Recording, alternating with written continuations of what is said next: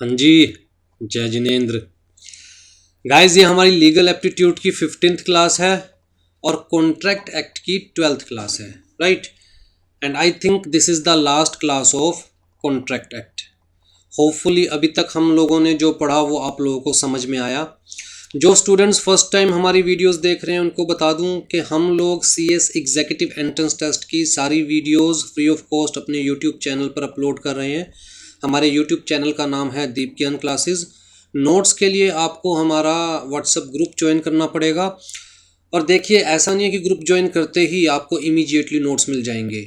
जब आप group join करेंगे वो लॉक्ड ग्रुप है, सिर्फ एडमिन पोस्ट कर सकते हैं, राइट, ताकि बच्चे एक दूसरे को डिस्टर्ब ना करें। तो ग्रुप ज्वाइन करने के बाद हर अल्टरनेट डे पर हम लोग नोट्स को शेयर करते हैं, रीशेयर करते हैं, ठीक है जी।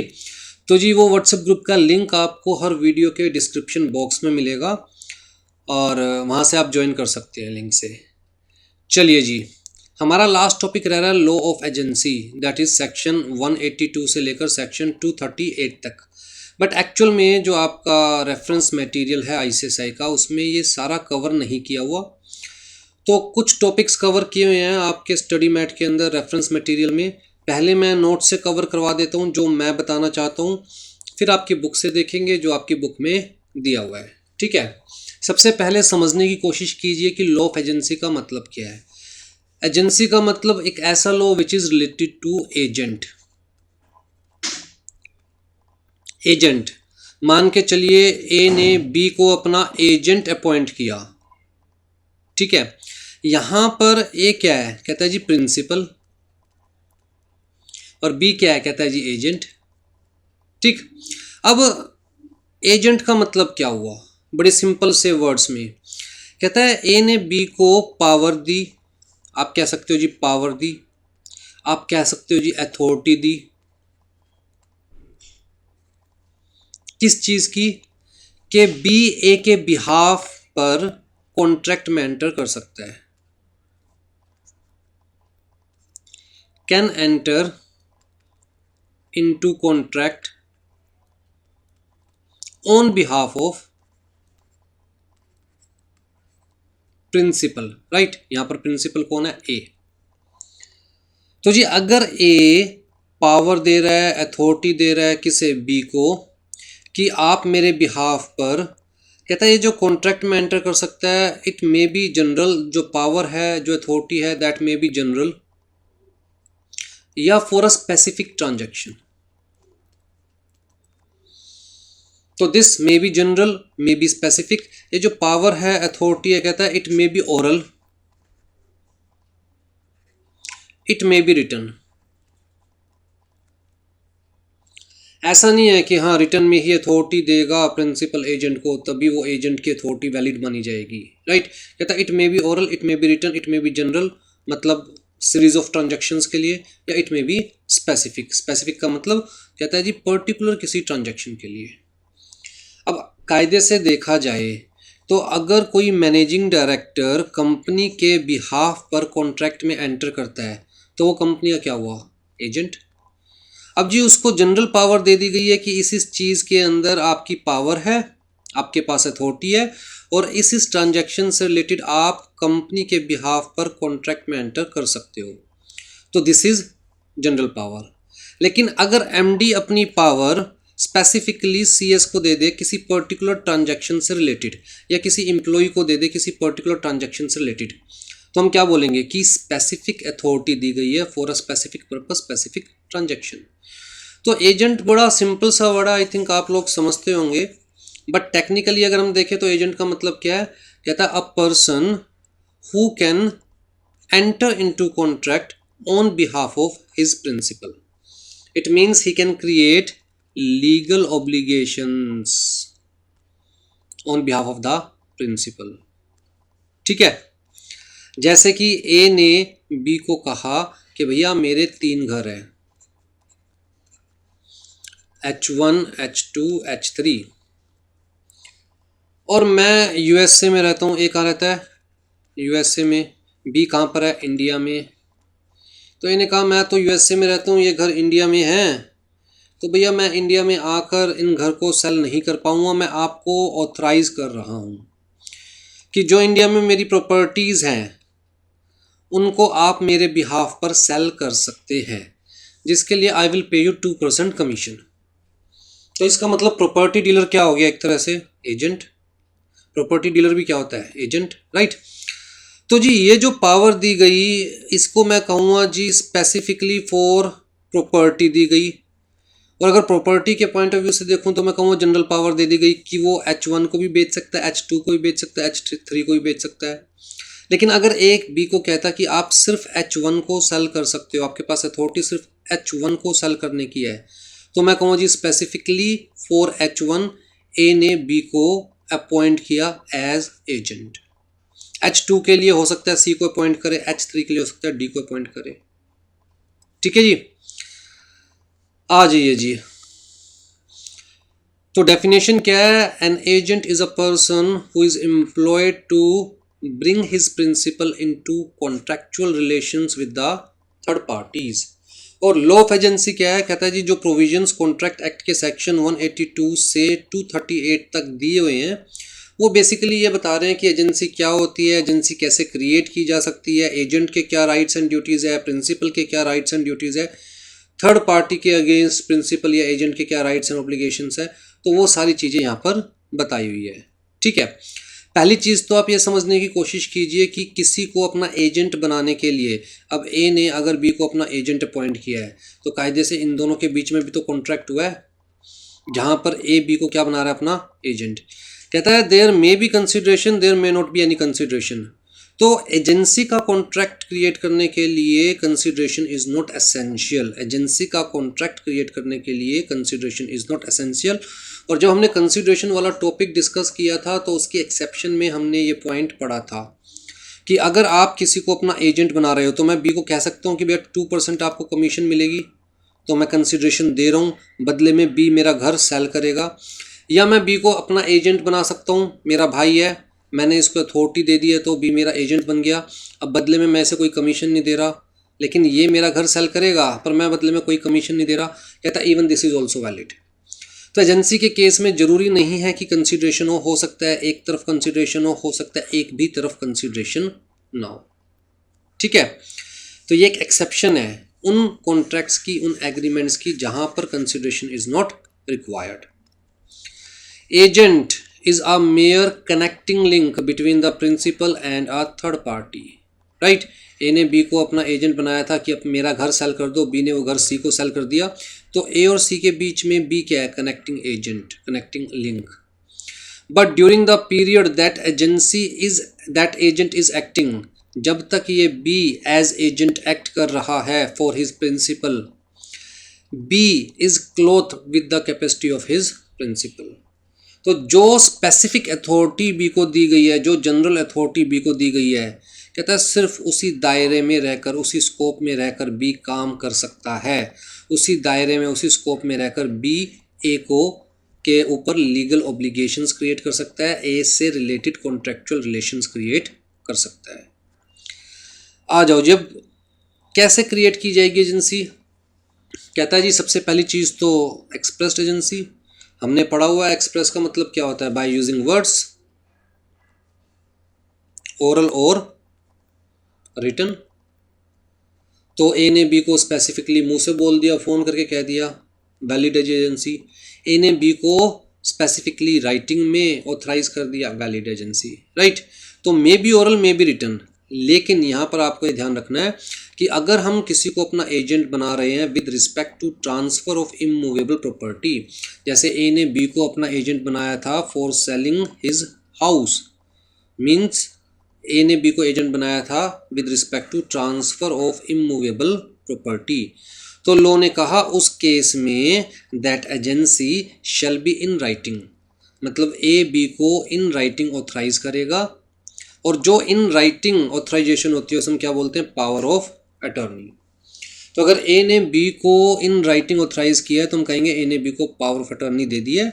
और साथ में कहता है जी that power of attorney must be registered with the registrar और sub registrar as the case may B.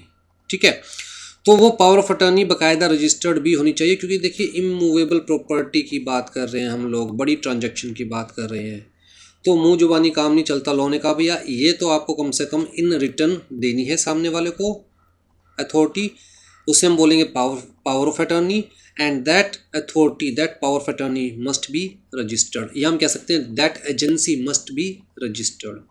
The power of attorney may be general giving the several powers to the agent और special giving authority to the agent for transacting a single act. अभी मन में doubt है sir general और specific में difference समझ नहीं आया। मान के चलिए मैं यूएसए में रहता हूँ और मेरा इंडिया में एक घर है, एक महल हो सपनों का, पर मैं सपनों के महल में को छोड़कर मैं सपनों की दुनिया में चला गया, यूएसए में चला गया। ठीक है जी, अब तो खैर नहीं जाना चाहूँगा मैं कहीं भी इंडिया से बाहर। तो ये जो घर खाली पड़ा था यहाँ पर मैंने मिस्टर एक्स को रहने की परमिशन दे दी और मिस्टर एक्स को कहा जी आपके पास पावर है, आप इस घर को मेंटेन करने के लिए डिसीजंस ले सकते हो, जब आपको लगे कि वाइट वॉश करवाने की ज़रूरत है आप वाइट वॉश करवा सकते हो, आप इस घर की सफाई के लिए जो एक्सपेंस खर्च करना चाहो एक्सपेंस करना चाहो आप एक्सपेंस कर सकते हो, राइट। तो अब मैं इसे क्या दे रहा हूँ, जनरल अथॉरिटी। मैंने इसे कहा नहीं कि तू वाइट वॉश करवा, मैंने कहा कि जब ज़रूरत पड़े आप खुद से डिसीजन ले सकते हो। मैंने इसे कहा नहीं कि भैया हाँ चलो पूरे घर की सफाई करवाओ, मैंने कहा जब जरूरत पड़े आप खुद से डिसीजन ले सकते हो। You have to maintain the house in good condition, जिसके बदले मैं आपको घर में रहने दूंगा, राइट। तो ये कौन सी अथॉरिटी हो गई, जनरल। लेकिन जब मैं मिस्टर एक्स को इस घर को बेचने के लिए अथॉरिटी दे रहा हूँ तो वो एक सिंगल ट्रांजैक्शन के लिए अथॉरिटी है, राइट। तो वो कौन सी हो गई, स्पेसिफिक। तो जी अथॉरिटी में भी जनरल में भी स्पेसिफिक, कहने का मतलब एजेंसी में भी जनरल में भी स्पेसिफिक। आ जाओ जी, ये तो एक्सप्रेस थी, कहता है इम्प्लाइड एजेंसी भी क्रिएट की जा सकती है, which depends upon the situation of the parties, conduct of the parties, necessity of the parties या नेसेसिटी ऑफ द केस। तो इम्प्लाइड अथॉरिटी में सबसे पहले हमारे पास क्या आती है, कहता है जी agency by estoppel. Estoppel word याद है ना, प्रीवियस क्लासेस के अंदर मैंने आपको डॉक्ट्राइन ऑफ एस्टोपल के बारे में डीपली एग्जाम्पल देकर समझाया था। एस्टोपल का मतलब क्या होता है कि अगर ए ने बी को कुछ कहा और ए को पता है कि वो बात ट्रू नहीं है, सच नहीं है, लेकिन ए चाहता है कि बी उस बात को सच माने और उस बात को सच मानकर एक्शन ले, और ये ए की बात को बी सच मानकर उस पर एक्शन ले लेता है, तो फिर ए अपनी बात से पीछे नहीं हट सकता। ए ये नहीं कह सकता कि भैया मैंने तो उस वक्त आपको झूठ बकाया था, पागल बनाया था, राइट। क्योंकि बी ने ए की बात को सच मानकर, ए के कहने पर ए की बात को सच मानकर अपने ऊपर कोई लाइबिलिटी क्रिएट कर लिया, कोई डेट क्रिएट कर लिया, या किसी ट्रांजैक्शन के अंदर अपने आप को इन्वॉल्व कर चुका है। मतलब कुल मिलाकर बी कहीं ना कहीं इन्वॉल्व हो चुका है। अब बी को इन्वॉल्व करके किसी भी लाइबिलिटी में, किसी भी डेट में, किसी भी फाइनेंशियल ट्रांजैक्शन में ए बैक स्टेप नहीं कर सकता। लॉ कहता है नाउ यू आर स्टॉप्ड, आप अब पीछे नहीं हट सकते, ठीक है। This is agency by estoppel. तो estoppel arises when you are precluded from denying the truth of anything which you have represented as fact although it is not a fact।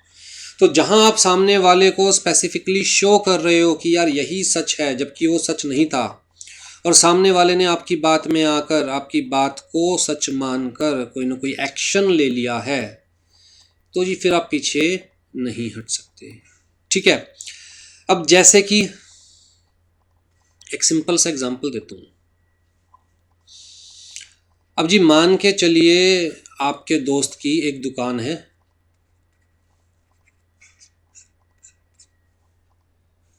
ठीक है, और वो तो बेचारा मेहनती है, सारे दिन दुकान पे काम करता है, आप खाली हो, बिल्कुल निकम्मे, कोई काम नहीं आपके पास।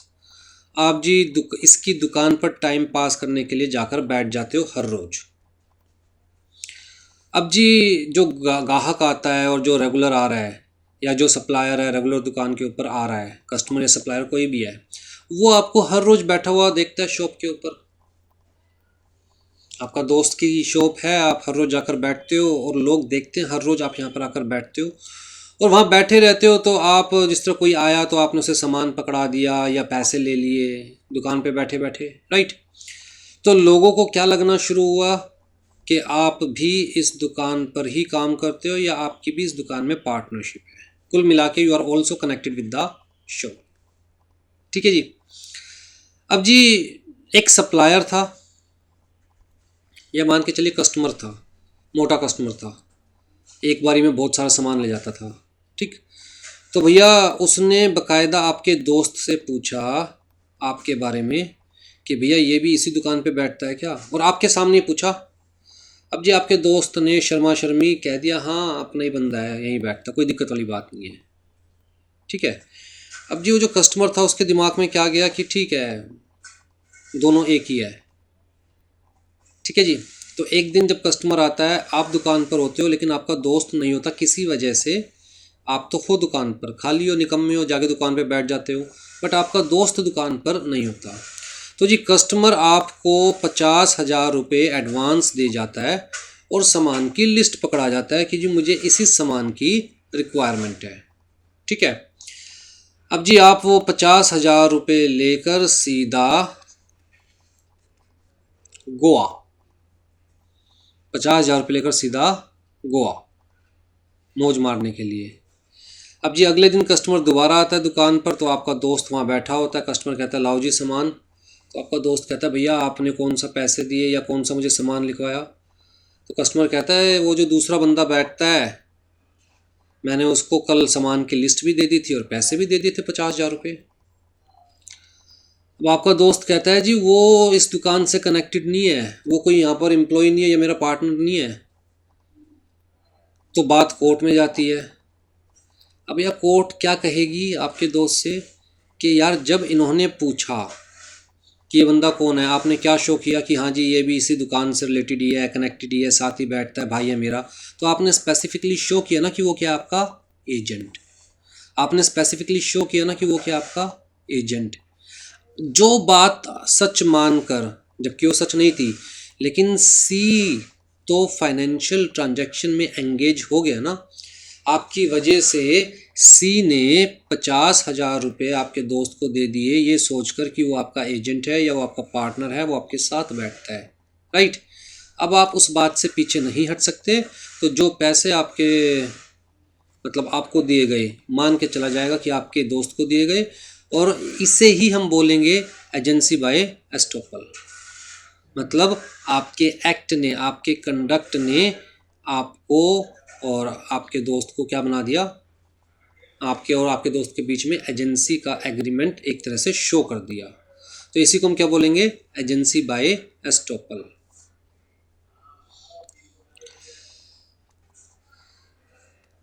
हाँ जी। फिर वाइफ एज एजेंट। अच्छा, क्या वाइफ हस्बैंड की एजेंट होती है? कहने का मतलब ये है कि आप वाइफ हस्बैंड के नाम पर उधार ले सकती है? क्या वाइफ हस्बैंड को किसी कॉन्ट्रैक्ट का पार्ट बना सकती है?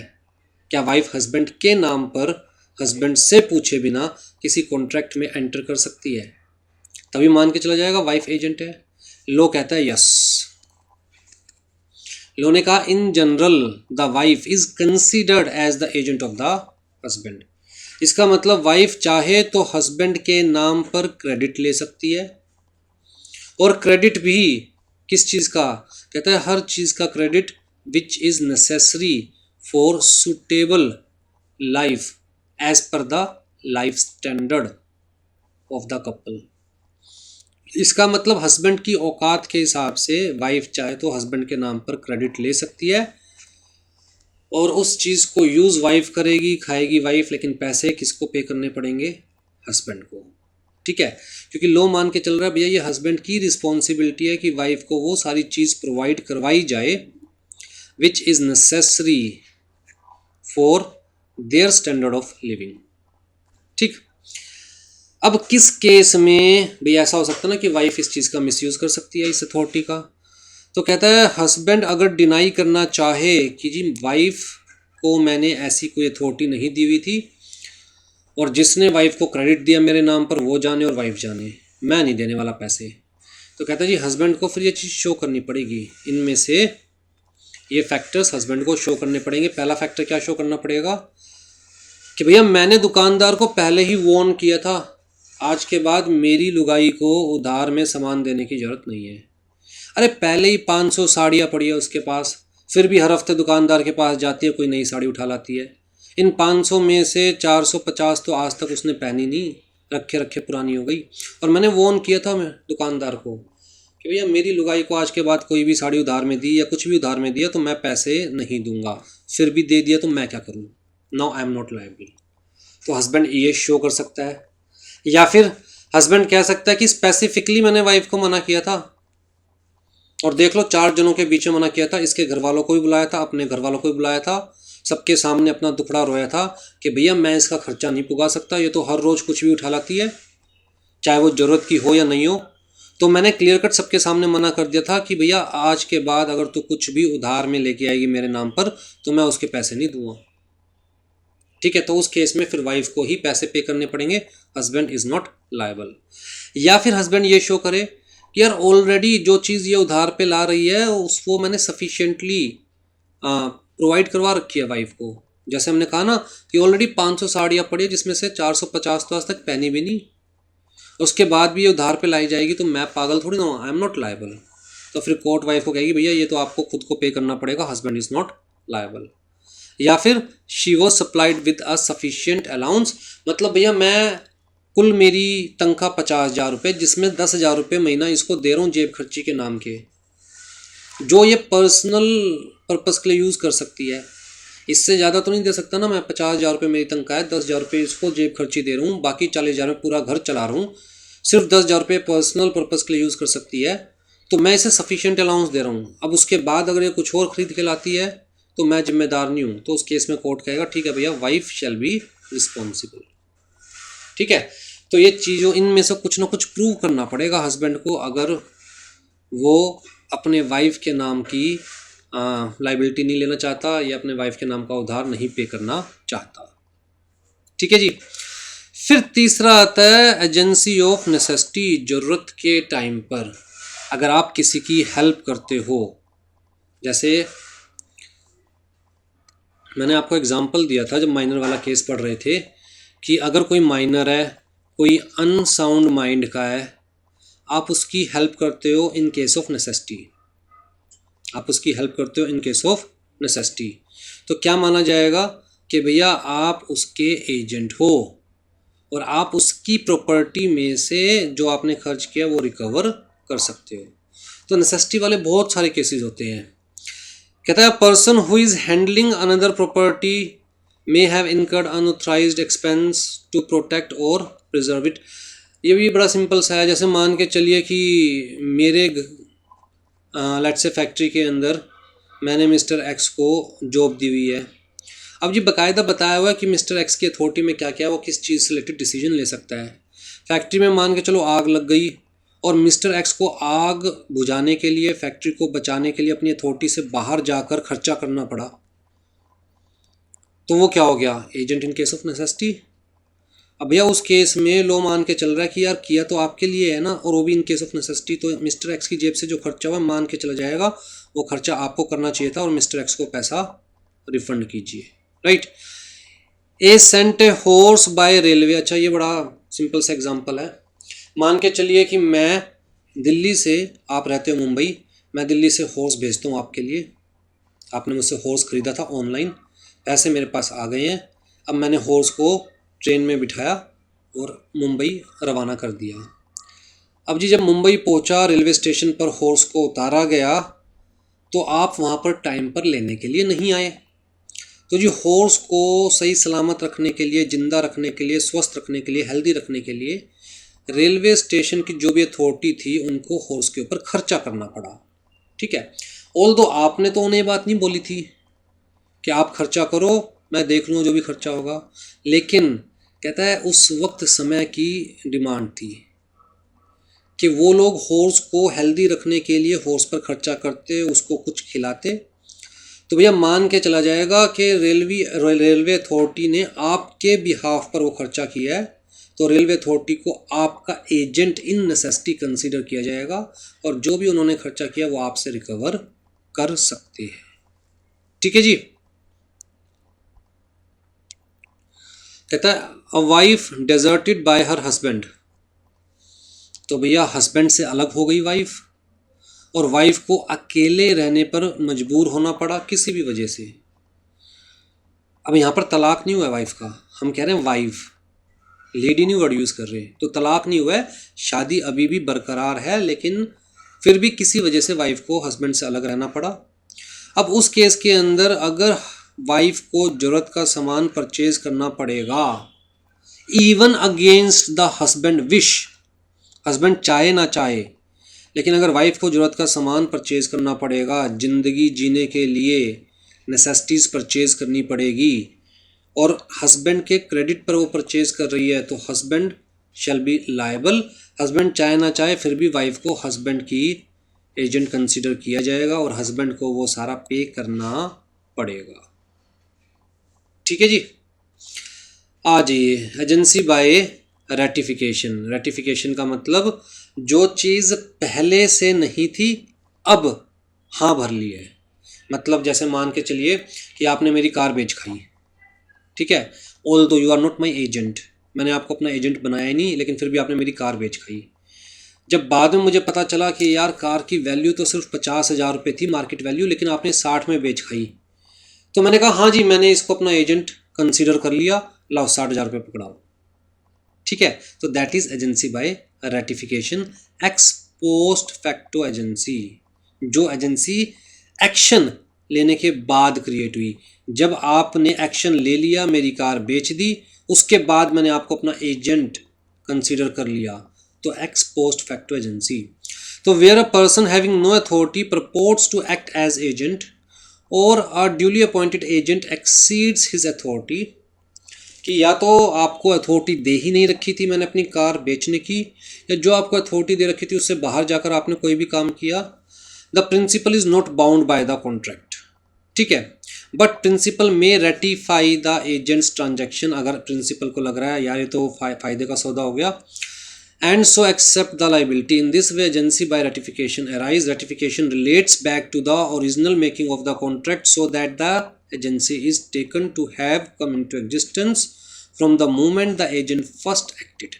तो जब आपने मेरी कार बेची तब आपके मेरे बीच में कोई एजेंसी नहीं थी, बाद में मैंने एजेंसी एक्सेप्ट कर ली, मैंने कहा हाँ जी ये मेरा एजेंट था या एजेंट है, तो आपने जब बेची तब से ही आप मेरे एजेंट कंसिडर किए जाओगे, बैक टाइम से ही, right. Ratification is effective only the following conditions are satisfied. पहली चीज़ क्या है, agent must expressly contract as agent for the principal who is in existence and competent to contract. तो जी आपने मेरी कार बेची लेकिन अपने ब्याह पे नहीं बेची, मेरे ही ब्याह पर, तभी मैं ये कहूँगा ना कि हाँ जी ये मेरा एजेंट है। अपने ब्याह पर नहीं बेची, बेची मेरे ही ब्याह पर, ऑल तो मेरी मर्जी से नहीं बेची थी लेकिन बेची मेरे ही बिहाफ पर, ये कह के बेची कि भैया अनुराग जी की कार बेच रहा हूँ और मैं एजेंट हूँ। आपने सामने वाले को झूठ बोल दिया जबकि आप मेरे उस वक्त एजेंट नहीं थे। ठीक है, तो पहली चीज़ तो आपने एज एजेंट ही मेरी कार बेची, और दूसरी चीज़ I am competent to enter into the contract. भाई प्रिंसिपल कम्पिटेंट होगा कॉन्ट्रैक्ट में एंटर करने के लिए, तभी तो आप प्रिंसिपल को लायबल बना सकते हो। अगर मैं ही कम्पिटेंट नहीं हूँ कॉन्ट्रैक्ट में एंटर करने के लिए, मैं ही माइनर हूँ, तो आप मुझे लायबल थोड़ी ना बना सकते हो। ठीक, फिर जी principal must be competent to contract not only at the time the agent acted but also when he ratified the agent's act. तो जब आपने कॉन्ट्रैक्ट किया मेरी कार को लेके तब भी मैं कम्पिटेंट था to enter into the contract, और जब मैंने आपकी एजेंसी को एक्सेप्ट किया उस टाइम भी मैं कम्पिटेंट था to enter into the contract. The principal at the time of ratification has full knowledge of the material fact and must ratify the whole contract within the reasonable time. As it is पूरा contract accept करना पड़ेगा अगर आप actual में उस contract को accept करना चाहते हैं तो। Ratification cannot be made so as to subject a third party to damage or terminate any right or interest of the third party. कहता है कोई भी ऐसी चीज़ के लिए आप accept नहीं कर सकते, किसी भी ऐसी चीज़ के लिए आप एक्सेप्ट नहीं कर सकते सामने वाले की एजेंसी जो कि किसी थर्ड पार्टी को नुकसान पहुंचाए, जो एक्ट। अब मैं इसका बड़ा सिंपल सा एग्जांपल दूंगा। मान के चलते हैं मिस्टर ए एक बहुत रिच आदमी थे, ठीक है, मिस्टर ए से एक्सीडेंट हो जाता है, या मिस्टर ए कोई गलत काम कर देते हैं, कोई भी इलीगल एक्ट,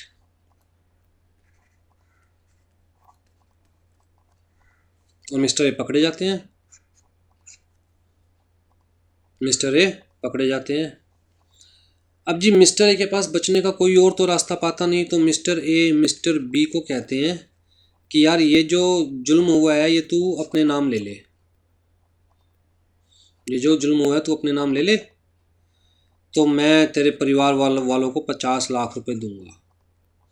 तो आप कोर्ट में जाते हो और आप कोर्ट को कहते हो जी मिस्टर ए की कोई गलती नहीं है, इन्होंने जो किया मेरे कहने पे किया, मिस्टर ए तो मेरे एजेंट थे और मैंने इनकी मजबूरी का फ़ायदा उठा के मजबूर किया इन्हें वो गलत काम करने के लिए। अगर कोर्ट में अप्रूव हो जाता है तो एक्चुअल कल्प्रिट कौन हो, आप हो, कोर्ट इन्हें तो छोटी मोटी सज़ा देके छोड़ देगी। ठीक है, तो ये वाला काम ना हो, मतलब जो एक्चुअल कल्प्रिट है वो इस वे में ना बच पाए, उस पॉइंट ऑफ व्यू से यहाँ कहा गया है कि आप अच्छे काम के लिए तो सामने वाले को अपना एजेंट कंसीडर कर सकते हैं, पर बुरे काम के लिए आप सामने वाले को अपना एजेंट कंसीडर नहीं कर सकते। कहता है इस केस के अंदर अगर ये चीज़ प्रूव नहीं हो पाई कि पहले से मिस्टर ए मिस्टर बी के एजेंट थे, तो कहता है जब गलत काम हो चुका उसके बाद चाहकर भी मिस्टर बी ये नहीं कह सकते कि मिस्टर ए मेरे एजेंट थे।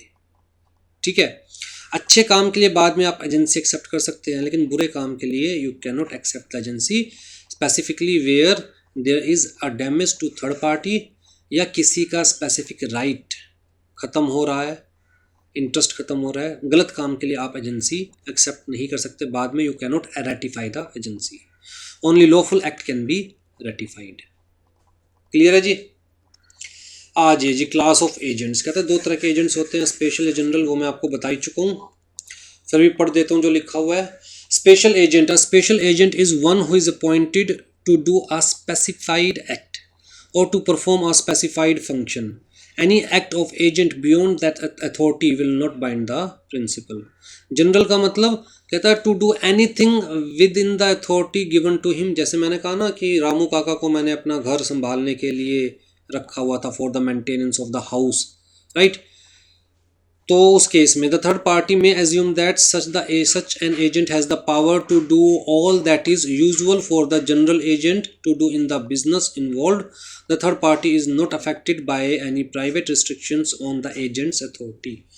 अब जी रामू काका को जब मैंने पूरी अथॉरिटी दे रखी थी, आप घर को मेंटेन कीजिए, आप गार्डन मेंटेन कर सकते हैं, गार्डन के ऊपर खर्चा कर सकते हैं, वाइट वॉश करवा सकते हैं, वाइट वॉश के ऊपर खर्चा कर सकते हैं, आपको घर पूरा मेंटेन करने की अथॉरिटी है, जो खर्चा होगा आप मेरे से लेते रहिए।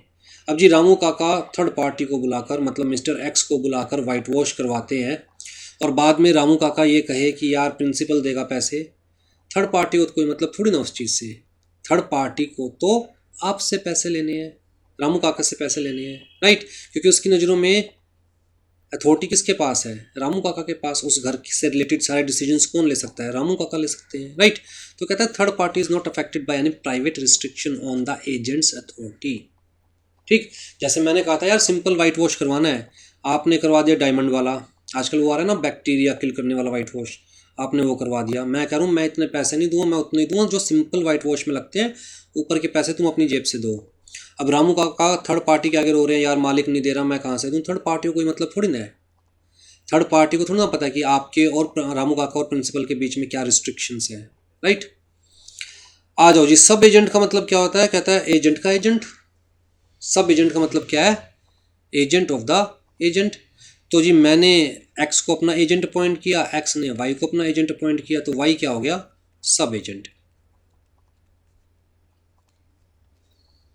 वाई क्या हो गया, सब एजेंट। ठीक, मैंने एक्स को ठेका दिया मेरे घर में वाइट वॉश करने का, एक्स ने वही ठेका आगे दे दिया छोटी मोटी लेबर को वाइट वॉश करने का। एक्स तो भाई साहब है ना, ठेकेदार, आजकल ठेकेदार का काम करते हैं। तो मैंने ठेका दिया 50,000 रुपये में एक्स को, 50,000 रुपये में एक्स ने वही काम आगे ट्रांसफ़र कर दिया 30,000 रुपये में छोटी लेबर को, और एक्स क्या कर रहा है, 20,000 रुपये का घर बैठे प्रॉफिट जनरेट कर रहा है। ठीक है, तो यहाँ वाई क्या है, सब एजेंट। अब जी मेरे घर में वाइट वॉश कौन कर रहा था, वाई कर रहा था। अगर कोई गलती होती है वाई से, तो क्या वाई के एक्ट के लिए मैं रिस्पॉन्सिबल हूँ या नहीं, जबकि मैंने वाई को अपॉइंट नहीं किया। वाई को किसने अपॉइंट किया था? एक्स ने। कहता लोगों को क्या फ़र्क पड़ता है कि एक्स ने अपॉइंट किया या वाई ने अपॉइंट किया या किसने अपॉइंट किया। लोगों को तो ये पता कि आपके घर में वाइट वॉश कौन कर रहा है? वाई कर रहा है। अब जी वाई की गलती की वजह से अड़ोसी को पड़ोसी को अगर कोई नुकसान होता है तो भैया वो तो आपसे रिकवर करेंगे, चाहे वाई को एक्स ने अपॉइंट किया था या आपने, उन्हें कोई मतलब नहीं है। वो आपसे रिकवर कर सकते हैं सब एजेंट की गलती। और आप किससे रिकवर कर सकते हो? एक्स से। भाई वाई से कोई गलती हो गई जिसकी वजह से आपको 10,000 रुपये पे करने पड़े पड़ोसी को, तो भैया पड़ोसी को तो आप पे करोगे ही करोगे, चाहे वाई को आपने अपॉइंट किया नहीं किया। लेकिन हाँ, वो 10,000 रुपये आप एक्स के काट सकते हो। पहली बात तो ये। तो इसका मतलब सब एजेंट अगर कोई गलत काम करता है तो प्रिंसिपल लायबल है? जी हाँ। दूसरी चीज़, क्या सब एजेंट डायरेक्ट प्रिंसिपल से रेम्यूनरेशन मांग सकता है? जी नहीं, नो। कहता मैं सब एजेंट जो डायरेक्ट इनके बीच की बात होगी ना, तो उस केस के अंदर प्रिंसिपल कह सकता है भैया मैंने तुझे थोड़ा ना अपॉइंट किया था, तू कौन है मैं नहीं जानता तुझे, मैंने काम किसको दिया था? एक्स को, तो तू पैसे किससे मांग? एक्स से, right. A sub-agent is the person employed by and acting under the control of original agent in the business of the agency. So sub-agent is the agent of original agent, right? तो जी मैंने x को appoint किया था, x ने y को appoint किया, तो कायदे से y क्या है? कहता है x का एजेंट। अगर x और y के बीच में देखा जाए तो x is the principal, y is the agent. अगर a और x के बीच में देखा जाए तो a is the principal, x is the agent, right. तो as between themselves the relation of sub agent and original agent is that of agent and principal, आपस में x और y का। A sub agent is bound by all the duties of original agent।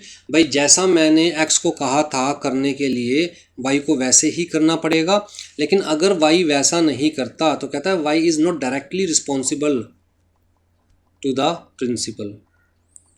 Y को मैं कहूँ यार मैंने थोड़ी ना बोला था करने को, क्या कर रहा है तू, तो वाई क्या कहेगा? बाबूजी मुझे क्यों बोल रहे हो, मैं तो वही करूँगा जो एक्स ने मुझे कहा है, आप जाके एक्स से बात करो, राइट। तो कहता है कि वैसे तो sub agent is not directly responsible to the principal, लेकिन अगर इसने मेरे घर में चोरी करी, चकारी करी, कुछ फ्रॉड किया, कुछ गलत किया, तो उस केस में तो ये डायरेक्टली रिस्पॉन्सिबल है, right, to the principal. The sub-agent is responsible to the original agent. The original agent is responsible to the principal for the act of the sub-agent। लेकिन मैंने आपको क्या बताया कि अगर हम बात करें पड़ोसियों की, थर्ड पार्टी की, अगर थर्ड पार्टी के साथ कुछ गलत किया है तो थर्ड पार्टी तो भैया सीधा आकर ओरिजिनल प्रिंसिपल का गला पकड़ सकते हैं। उन्हें क्या मतलब है कि आपने इसे अपॉइंट किया था या एक्स को अपॉइंट किया था, आपके घर में कौन काम कर रहा है? वाई काम कर रहा है। अगर ये कोई भी गलती करेगा तो उसके लिए वो थर्ड पार्टी सीधा आपको लायबल बना सकती है, ठीक है जी। तो as regard third person, the principal is represented by sub-agent and he is bound and responsible for all the acts of the sub-agent as if he were an agent originally appointed by the principal। आ जाओ जी, mercantile agent का मतलब क्या होता है? कहता है वो agent जो कि बिजनेस में, बिजनेस के पॉइंट ऑफ व्यू से एजेंट है। जैसे एक्स ने वाई को अपॉइंट किया अपना सामान बेचने के लिए, तो वाई क्या है? Mercantile agent, right. एक्स ने वाई को सामान दे दिया। यहाँ पर जो ऊपर वाला एग्जांपल मैंने डिस्कस किया, मैंने कहा कि एक्स ने वाई को सामान दिया, बेच, और जो पैसे आए मुझे दे और तू अपनी कमीशन रख। तो इसका मतलब उस सामान के ऊपर ओनरशिप किसकी रहेगी? हमेशा एक्स की। वाई सिर्फ एक्स के बिहाफ पर सामान बेच रहा है। दूसरा केस ऐसा हो सकता है कि एक्स ने वाई को सामान दिया और कहा ले तेरी ही ओनरशिप है, वाई तू अपने हिसाब से इसे जैसे बेचना चाहे वैसे बेच, अब इस सामान पर तेरी ओनरशिप है, राइट। जो पैसे कुछ तो मुझे एडवांस दे जा तू, और बाकी पैसे तू बाद में दे दियो बेचने के बाद, और जितना बेचेगा उतना मैं तुझे कमीशन भी दूँ उस हिसाब से। तो अलग अलग तरह के हो सकते हैं ना। एक ये केस पॉसिबल है, वाई बेच रहा है आगे सामान एक्स के बिहाफ पर, लेकिन पैसा मिला या डूबेगा वो एक्स की जिम्मेदारी। दूसरा ये केस पॉसिबल है कि वाई बेच रहा है एक्स की सामान को, लेकिन वाई कह रहा है कि भैया अगर आप मुझे 2% एक्स्ट्रा कमीशन दोगे तो जिसको भी मैं उधार में सामान दे रहा हूँ उस सब की मेरी जिम्मेदारी, आपको आपके पैसे मिलेंगे, जो पैसा डूबेगा उसकी मेरी जिम्मेदारी, मैं दूंगा आपको, लेकिन उस केस में मैं थोड़ा सा एक्स्ट्रा कमीशन लूँगा। तो अलग अलग टाइप के हो सकते हैं, right. Sale of goods act के अंदर कैसे डिफाइन किया हुआ है, कहता है mercantile agent having in customary course of business as such agent authority either to sell or the consign goods for the purpose of sale or to buy goods or to raise money on the security of the goods। तो मेरे behalf पर जो बंदा goods sale कर रहा है, मेरा consignee क्या मेरा एजेंट है। मेरे बिहाफ पर जो बंदा बाय कर रहा है मेरा एजेंट है। मेरे बिहाफ पर जो लोन ले रहा है, उधार ले रहा है मेरे नाम पर, मेरे बिहाफ पर, वो क्या मेरा एजेंट है, राइट। जैसे कि फैक्टर हो गए, ब्रोकर हो गए, ऑक्शनियर हो गए, कमीशन एजेंट हो गए। तो फैक्टर का मतलब क्या होता है? A factor is a mercantile agent employed to sell goods which have been placed in his possession और contract to buy goods from the principal. आपको फैक्टर को मैं बड़ा इजीली समझाऊं एक एग्जांपल से। मान के चलो आपके पास एक दुकान है, दुकान पे आप मतलब ऐसी जगह दुकान है जहां आप इजीली बहुत अच्छे से गारमेंट्स का काम कर सकते हो और आपको लगता है काम चलेगा, बट आपके पास पैसा नहीं है काम करने के लिए, दुकान तो पैसा नहीं है। तो जी आप जाते हो एक मैन्युफैक्चरर के पास, आप मैन्युफैक्चरर से कहते हो यार देख मेरे पास पैसा नहीं है काम करने के लिए, सामान उधार पे ले सकता हूँ, मैं आगे बेच सकता हूँ। तो मैन्युफैक्चरर कहता है ठीक है मैं तुझे सामान देता हूँ 10 लाख रुपए का। मान के चलिए तेरा ही सामान है, तेरी कस्टडी में दे दिया मैंने, तेरे पोजेशन में दे दिया, ठीक है। तू ये सामान बेचता रहे, जो कैश में बेच सकता है कैश में बेच, जो उधार में बेच सकता है उधार में बेच, मतलब जो क्रेडिट दे सकता है क्रेडिट दे, कैश दे क्रेडिट दे, तेरी मर्जी है, ठीक है। लेकिन जब भी तू किसी कस्टमर को क्रेडिट पे सामान दे तो एक बार उस कस्टमर की डिटेल मुझे भेज दियो, मैं चेक कर लूँगा कि कस्टमर एक्चुअल में क्रेडिट देने लायक है या नहीं है, क्रेडिट वर्दीनेस उसकी कैसी है कैसी नहीं है। और अगर मैं ओके कर दूँ तो तू उस कस्टमर को क्रेडिट पे सामान दे दियो, फिर तेरी जिम्मेदारी नहीं है कि उससे पैसे आए या ना आए, राइट। तो बेसिकली ये जो मैन्युफैक्चरर है, ये मिस्टर एक्स जिसकी दुकान थी, मिस्टर एक्स कौन हो गए? फैक्टर। मिस्टर एक्स कौन हो गए? फैक्टर। ऐसे ऐसे हो सकता है मैन्युफैक्चरर ने 4 5 6 फैक्टर्स बना रखे हो जिनके थ्रू ये मैन्युफैक्चरर सामान बेच रहा है मार्केट के अंदर। अगर ये मान के चलते हैं मिस्टर एक्स से ये जो CM कोई बंदा है वो सामान लेने के लिए आता है, अब मिस्टर एक्स के पास तो ये CM अप्रोच कर पाया क्योंकि मिस्टर एक्स की दुकान लेट से रोहिणी में है। मैन्युफैक्चरर कहाँ बैठा था? कहता है जी अहमदाबाद में। अहमदाबाद थोड़ा ना जाता CM सामान लेने के लिए, लेकिन मिस्टर एक्स तक तो अप्रोच कर पाया ना, क्योंकि एक ही मोहल्ले में रह रहे हैं मिस्टर एक्स और CM। मतलब जहाँ मिस्टर एक्स की दुकान है वहीं CM भी रहता है, तो CM ने अपने घर के पास वाली दुकान से सामान लेने की सोची तो मिस्टर एक्स के पास पहुँच पाया वो। अब जी आपस में अगर जान पहचान होगी इन दोनों की तो हो सकता है मिस्टर एक्स इसको क्रेडिट भी दे दे, और मिस्टर एक्स की जो इन्फॉर्मेशन भेजेगा मैन्युफैक्चरर को जो कि अहमदाबाद बैठा है तो वो इन्फॉर्मेशन भी प्रॉपर भेज पाएगा। अगर मैन्युफैक्चरर इसको डायरेक्ट सामान बेचने की सोचता तो पॉसिबल था। कहता पहली बात तो आपस में कॉन्टैक्ट ही नहीं होता एक दूसरे का, अगर एक दूसरा कॉन्टैक्ट होता भी तो मैन्युफैक्चरर इसकी क्रेडिट वर्दीनेस देखने लायक नहीं है, कैसा इंसान है कैसा नहीं है, उधार देना चाहिए नहीं देना चाहिए, राइट। तो बेसिकली फैक्टर्स क्या कर रहे हैं? कहता है इसकी फैक्ट्री चला रहे हैं, कायदे से फैक्टर्स क्या कर रहे हैं? इसकी फैक्ट्री चला रहे हैं, और फैक्टर्स को भी बेनिफिट हो रहा है, जितना सामान बिकेगा इतना फैक्टर्स को प्रॉफिट या कमीशन जो भी टर्म्स एंड कंडीशंस होगी वो मिलेगा। तो basically they are working on behalf of the manufacturer, they are the agent of the manufacturer, ठीक है। इनकी जेब से ना पैसा लगा ना कुछ और, सारा पैसा मैन्युफैक्चरर ने लगा रखा है, लेकिन इनकी वजह से मैन्युफैक्चरर का सामान डायरेक्टली मार्केट तक पहुंच रहा है, इसकी फैक्ट्री चल रही है। हाँ जी, he is the apparent owner of the goods. Apparent मतलब लोगों की नज़रों में दुकान जिसकी है उसी का सामान है।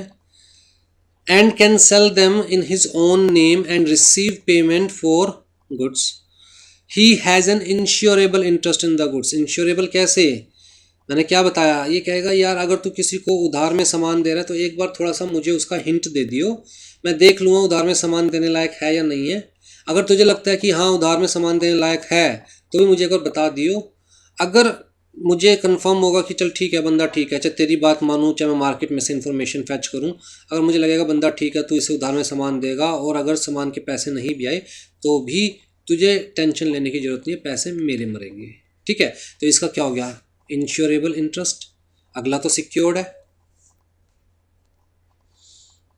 and also a general lien in respect of the claim he may have arise out of the agency। मतलब जो सामान इसके पास पड़ा है उसके ऊपर इसका जनरल लियन है। जनरल लियन का मतलब हक है कि भाई मेरे पैसे मुझे मिल जाएंगे तो ये सामान आपका है, मैं मेहनत कर रहा हूँ बेचने के लिए तो मेरा पैसा तो मुझे मिलना चाहिए ना। तो उस सामान की ओनरशिप चाहे एम की है लेकिन हक एक्स का है, क्योंकि एक्स उस सामान को बेच रहा है। तो जब तक एक्स की कमीशन नहीं मिलेगी तब तक वो सामान के ऊपर एक्स का लियन रहेगा, एक्स का हक रहेगा। ठीक है, तो दोनों के लिए सेफ्टी है कुल मिलाकर। हाँ जी, del credere agent. Del credere agent का मतलब क्या है? मैंने आपको कहा था ना कि ऐसा हो सकता है कि एजेंट मैन्युफैक्चरर को कहे या सप्लायर को कहे कि यार मैं जिसको मर्जी उधार दूं, तुझे टेंशन लेने की जरूरत नहीं, तुझे तेरे पैसे मिल जाएंगे, डूबेंगे मेरे डूबेंगे, मैं अपनी जेब से तुझे पैसे दूंगा, लेकिन मैं बदले में 2% की जगह 4% कमीशन लूँगा। रिस्क भी तो मैं ले रहा हूँ ना, तो मैं कमीशन हाई लूँगा। तो अगर इस टाइप की एजेंसी है तो उसे क्या बोलते हैं? Del credere agent. हाँ जी, del credere agent is a mercantile agent who in consideration of an extra remuneration guarantees to his principal that the purchaser who buy on credit will pay for the goods they take in the event of third party failing to pay। अगर purchaser ने पैसे नहीं दिए तो जी agent is bound to pay his principal the sum owned by the third party. ठीक है जी। आज ये duties of the agent. Agent की क्या ड्यूटी है? सबसे पहली ड्यूटी तो यही है कि अपने प्रिंसिपल का, अपने मालिक का वफादार बन के रहे। एजेंट की नॉलेज में जो भी इंफॉर्मेशन आती है with respect to that agency, with respect to that business, वो अपने प्रिंसिपल को टाइमली डिलीवर करता रहे। राइट, अपने प्रिंसिपल से धोखा ना करे, अपने प्रिंसिपल से कोई भी प्रॉफिट ना छुपाए। जैसे मान के चलो कि अगर एम ने कोई प्रोडक्ट दिया था मिस्टर एक्स को सेल करने के लिए 200 रुपये का, अगर मिस्टर एक्स ने उसे 300 का सेल कर दिया तो मिस्टर एक्स एम को 300 ही बताए, कोई भी प्रॉफिट हाइड ना करे, किसी और के कहने पर या किसी भी लालच में मिस्टर एम के साथ धोखा ना करे। राइट, और जब एम मिस्टर एक्स को एम्प्लॉय कर रहा है कि तू मेरा सामान बेच, तो एक्स का काम बनता है कि पूरे स्किल्स के साथ, पूरी ऑनेस्टी के साथ, पूरी मेहनत के साथ वो अपना काम करे। तो जी an agent must act within the scope, जितनी उसको अथॉरिटी दी गई है उतनी ही अथॉरिटी में रहकर काम करे, अपने लिफाफे से बाहर ना निकले। ठीक, in the absence of express instruction, अगर स्पेसिफिक अथॉरिटी नहीं दी हुई तो he must follow the custom prevailing in the same kind of business at the place where the agent conducts the business. तो जैसा चलता है मार्केट में वैसे ही वो अथॉरिटी में रहकर काम करे। He must do the work with reasonable skill and intelligence. ऐसा नहीं है कि यार मेरे बाप का क्या जा रहा है, डूबेगा मैन्युफैक्चरर का पैसा डूबेगा या फिर प्रिंसिपल का पैसा डूबेगा। कहता है ऐसे तो प्रिंसिपल लोगों को अपना एजेंट बनाना बंद कर देंगे, मार्केट में एजेंसी ख़त्म हो जाएगी, तो और लोग जो एजेंट बनकर ऑनेस्टली काम करना चाहते हैं उनको भी दिक्कत आएगी। तो कहता है where by the nature of his profession the agent purports to have special skill, he must exercise the skill which is expected from the member of the profession. जैसे मान के चलिए एक्स आते हैं जी एक कंपनी सेक्रेटरी के पास company incorporate करवाने। अब यहाँ पर जी सीएस के पास स्पेशल स्किल्स होते हैं with respect to the profession of CS. तो सीएस अपने सारे स्किल्स यूज़ करेगा while providing the services to X. तो सीएस के पास जो स्पेसिफिक नॉलेज होती है, मान के चला जाएगा वो अपनी नॉलेज यूज़ करेगा, अपने एक्सपीरियंस को यूज़ करेगा और वो यूज़ करते हुए ही एक्स को सर्विसेज प्रोवाइड करेगा। ठीक है, he must disclose promptly and any material information coming to his knowledge। तो मैं आपको बता चुका हूँ, he must not disclose confidential information to anyone else except the principal। he must not allow his interest to conflict with his duty। ऐसा नहीं है कि भैया प्रिंसिपल की साड़ियाँ बेचते बेचते अपनी भी साथ में एक दुकान खोल ली। राइट, तो ऐसा नहीं है कि अपना इंटरेस्ट पहले और प्रिंसिपल का बाद में। The agent must keep true account and must prepare a reasonable notice to render an account, must prepare on reasonable notice to render the account, जब भी एजेंट से अकाउंट मांगे जाए प्रिंसिपल, जब भी एजेंट से अकाउंट मांगे तो एजेंट वो अकाउंट प्रिंसिपल को दे। He must not make any secret profit, अगर किसी भी तरह का सीक्रेट प्रॉफिट एजेंट क्रिएट करता है, चाहे वो कहता है ब्राइब के वे में, किसी भी वे में, तो भैया वो सीक्रेट प्रॉफिट एक्चुअल में एजेंट का नहीं होता, वो किसका होता है, प्रिंसिपल का होता है। और प्रिंसिपल वो प्रॉफिट भी रिकवर कर लेगा एजेंट से, साथ में प्रिंसिपल के पास पावर है कि he may dismiss the agent without notice, recover the amount of secret profit and refuse to pay any remuneration to the agent, right. He may repudiate the contract if the third party is involved in the secret profit and also recover the damage। तो जी अगर ए का agent था B ने contract किया सी के साथ on behalf of ए, लेकिन इन दोनों की मिली भगत बाद में पता चली कि बी सी का ज़्यादा प्रॉफिट करवाकर इससे अपने आप को सीक्रेट प्रॉफिट दिलवाना चाहता था, तो कहता है ए बी की एजेंसी ख़त्म कर सकता है, जो सीक्रेट प्रॉफिट बी के पास है वो सारा अपन खुद रिकवर कर सकता है, और सी के साथ कॉन्ट्रैक्ट भी रेप्यूडिएट कर सकता है। ठीक है जी।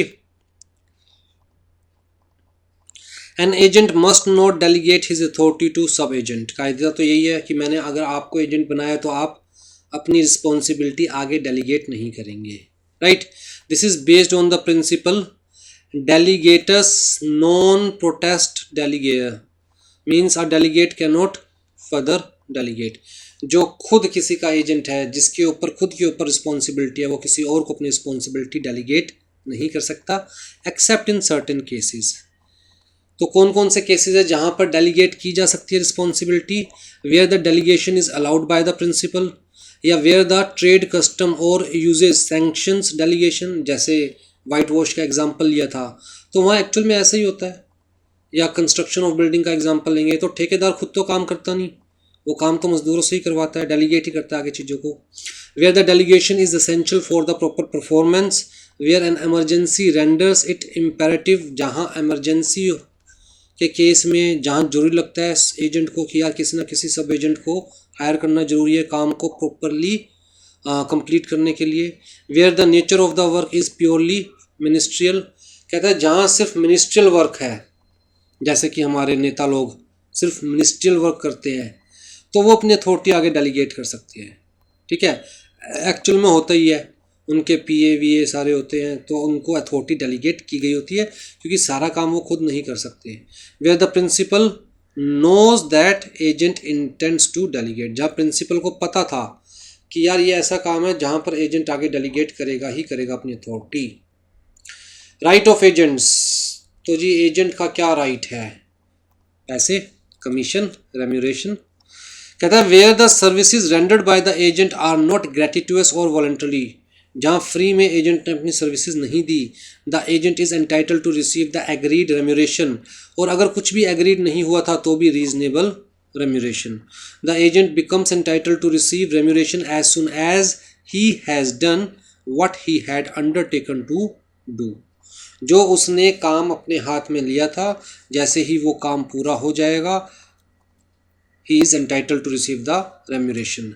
Certain class of agents, for example factors who have goods and property in their principal of their principal in their possession, जैसे फैक्टर के केस में हमने क्या डिस्कस किया था कि भैया जो एम ने एक्स को अपना फैक्टर अपॉइंट किया था तो गुड्स तो फैक्टर के हाथ में थे, तो कहता है उस केस में बाकायदा उन गुड्स के ऊपर उस फैक्टर का लियन होता है कि जब तक प्रिंसिपल से हमारी कमीशन, हमारी रेम्यूशन नहीं मिल जाएगी, जो भी हमने बेचने में एक्सपेंस किया है, जो भी हमने सर पे लाइबिलिटी ली है, जब तक वो सब नहीं मिल जाएगा तब तक गुड्स का हमारे पास ही कब्जा रहेगा।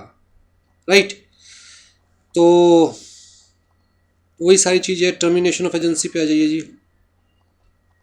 एजेंसी कैसे टर्मिनेट होती है, कहता है by the performance of the contract of agency, भाई जो काम लिया था हाथ में वो पूरा कर दिया एजेंट ने, एजेंसी खत्म।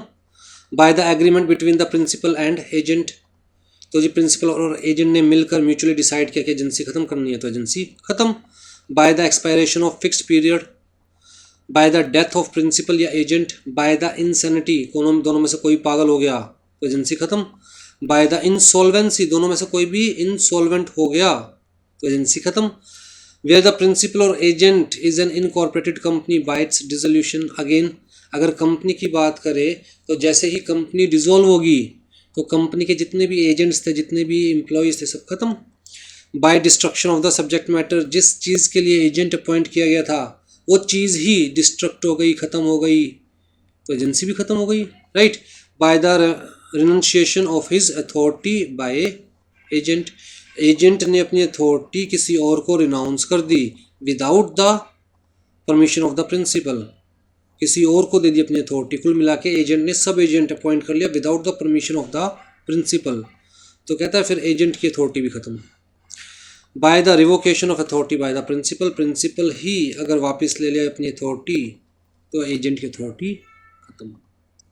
ठीक है जी, तो ये था लॉ ऑफ एजेंसी। अब जी आपकी बुक में देख लेते हैं क्या कवर किया हुआ है। सबसे पहले तो होता क्या है वो बताया हुआ है, मैं आपको बता चुका हूँ। फिर जी टाइप ऑफ एजेंसीज बताई हुई है, ये सारी मैं डिस्कस कर चुका हूँ। इम्प्लाइड अथॉरिटी में by estoppel, wife as agent, agent of necessities, ये सब मैं डिस्कस कर चुका हूँ। Agency by ratification, class of agent, special general, ये भी हम डिस्कस कर चुके हैं। सब एजेंट भी हम डिस्कस कर चुके हैं। मर्केंटाइल एजेंट क्या होता है, फैक्टर क्या होता है, ब्रोकर तो आपको पता ही है क्या होता है, जैसे प्रॉपर्टी ब्रोकर होता है, राइट, शेयर ब्रोकर होता है। डेल क्रेडिट एजेंट हम डिस्कस कर चुके हैं। ऑक्शनियर आपको पता ही है क्या होता है, अगर मैं अपने प्रॉपर्टी की ऑक्शन करना चाहता हूँ, गुड्स की ऑक्शन करना चाहता हूँ, तो मैं किसी ना किसी को अपॉइंट करूँगा, वो मेरी गुड्स की ऑक्शन करेगा, राइट, तो मेरे बिहाफ पर बेसिकली मेरे गुड्स बेचेगा, तो ऑक्शनर। पार्टनर्स एक दूसरे के एजेंट होते ही हैं। बैंकर, बैंकर क्या है जी, कहता है जी मेरा बैंकर एक तरह से मेरा एजेंट है, मेरा बैंकर एक तरह से मेरा एजेंट है। मैं बैंकर को कह रहा हूँ कि मेरे अकाउंट से मिस्टर एक्स को पैसे दे दो, तो बैंकर मिस्टर एक्स को पैसे देगा, राइट। तो और भी बहुत सारे काम करते हैं ना आजकल तो बैंकर, जैसे कि मेरे बिहाफ पर बिल पे कर रहा है मेरा बैंकर, इलेक्ट्रिसिटी का बिल पे कर रहा है। स्टैंडिंग इंस्ट्रक्शंस जिसे हम कहते हैं, कि मैंने अपने बैंक को स्टैंडिंग इंस्ट्रक्शंस दे दिया है कि हर महीने इस डेट को एयरटेल का इतना बिल पे कर देना मेरा, टाटा का इतना बिल पे कर देना मेरा, अच्छा NDPL इलेक्ट्रिसिटी का इतना बिल पे कर देना मेरा, राइट। तो ऑटोमेटिकली ये सारे काम, ये सारी फैसिलिटीज़ कौन प्रोवाइड कर रहा है, मेरा बैंक मुझे प्रोवाइड कर रहा है, जो मेरे बिहाफ पर ये सारे काम कर रहा है। ठीक है जी। ड्यूटीज़ ऑफ एजेंट हम डिस्कस कर चुके हैं, राइट्स ऑफ एजेंट हम डिस्कस कर चुके हैं, टर्मिनेशन ऑफ एजेंसी हम डिस्कस कर चुके हैं। आ जाओ जी ई कॉन्ट्रैक्ट। क्या होते हैं ई कॉन्ट्रैक्ट, इलेक्ट्रॉनिकली जिस कॉन्ट्रैक्ट को बनाया जाए दैट इज ई कॉन्ट्रैक्ट। जैसे मान के चलिए ये जो आपके सामने फाइल है दिस इज PDF फाइल, अब जी इसी के ऊपर मैं अपने साइन कर दूं इलेक्ट्रॉनिकली, तो क्या बन जाएगा ये ई कॉन्ट्रैक्ट। तो ऐसे ही किसी PDF फाइल को बनाकर उसके ऊपर दोनों पार्टीज अपने साइन कर दे तो क्या बन जाएगा ई कॉन्ट्रैक्ट। साइन कैसे, कहता है डिजिटल। साइन कैसे, डिजिटल। अब जी डिजिटल साइन कहाँ करेंगे, कहता है उन PDF में स्पेसिफिकली स्पेस दे रखा होता है, उस स्पेस पर साइन किया जाता है। कैसे किया जाता है, ध्यान से सुनिए।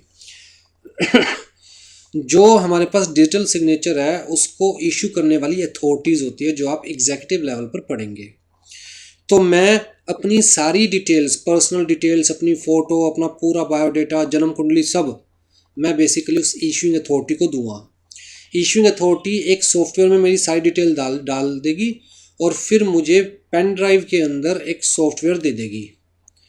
अब मैं वो पेन ड्राइव जब अपने लैपटॉप पे लगाऊंगा और जो फॉर्म है, जैसे ये PDF फाइल है, इसमें जहाँ स्पेस बना रखा हुआ साइन करने का, उस स्पेस पे क्लिक करूँगा तो ऑटोमेटिकली पेन ड्राइव से सॉफ्टवेयर यहाँ पर शो करना चालू कर देगा कि क्या यहाँ पर आप साइन करना चाहते हो। मैं यस पे क्लिक करूँगा तो वहाँ पर एक छोटा सा साइन का निशान बना हुआ जाएगा जिस पे लिखा होगा अनुराग जैन, राइट, बस इतना सा। अब उस पे कोई भी क्लिक करेगा तो मेरी सारी डिटेल आ जाएगी कि भाई किसने साइन किए हुए हैं, ठीक है। और उसको इशूइंग अथॉरिटी से बहुत इजीली वेरीफाई करवाया जा सकता है कि क्या आपने ये, क्योंकि उसके अंदर ना यूनिक कोड होता है, तो हर डिजिटल सिग्नेचर का सेपरेट यूनिक कोड होता है और यूनिक कोड इशूइंग अथॉरिटी को पता है मेरा।